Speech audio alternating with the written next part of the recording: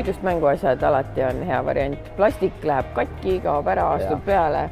Puidust jääb alles ja saab kaua kasutada.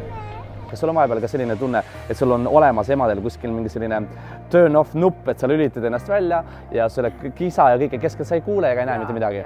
See on küll niimoodi, et ma olen täiesti immuunne tema inisemisele. Ma võin telekat vaadata, võin raamatut lugeda. Niikaua kuni verd ei jookse ja keegi südant lõnestavalt ei karju, siis suur lemmik lastele, plastiliin. Ta tahab need ära osta juba. Juba tahab maksta, jah? Meil on selline, kui teed seda tõeline shopping täna siinsamas Apollo raamatukaupluses. Ma olen viimasel ajal käinud kinos, aga kahjuks ainult selle tegelasega, nii et ma olen väga kursis ponimultikaga ja mis need seal kõik on, et oma ette pole nagu ammu jõudnud, aga noh. Küll jõuab. Abiks seegi. Kas Monopoliga oled sina peal? Tead, Monopoli ma mängisin viimati, kui ma olin väike laps. Ma ükskord ostsin selle ühe blogilugeja soovitusel 101 vestluskaarti paaridele.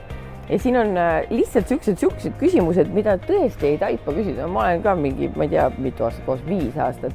Ja tõesti tulevad siuksed küsimused, et ei taipa lihtsalt küsida. Ja vanematele näiteks, vaata, ka nemad võib-olla ei ole pruukinud veel omavahel siukseid asju läbi rääkida. Huvitav värk.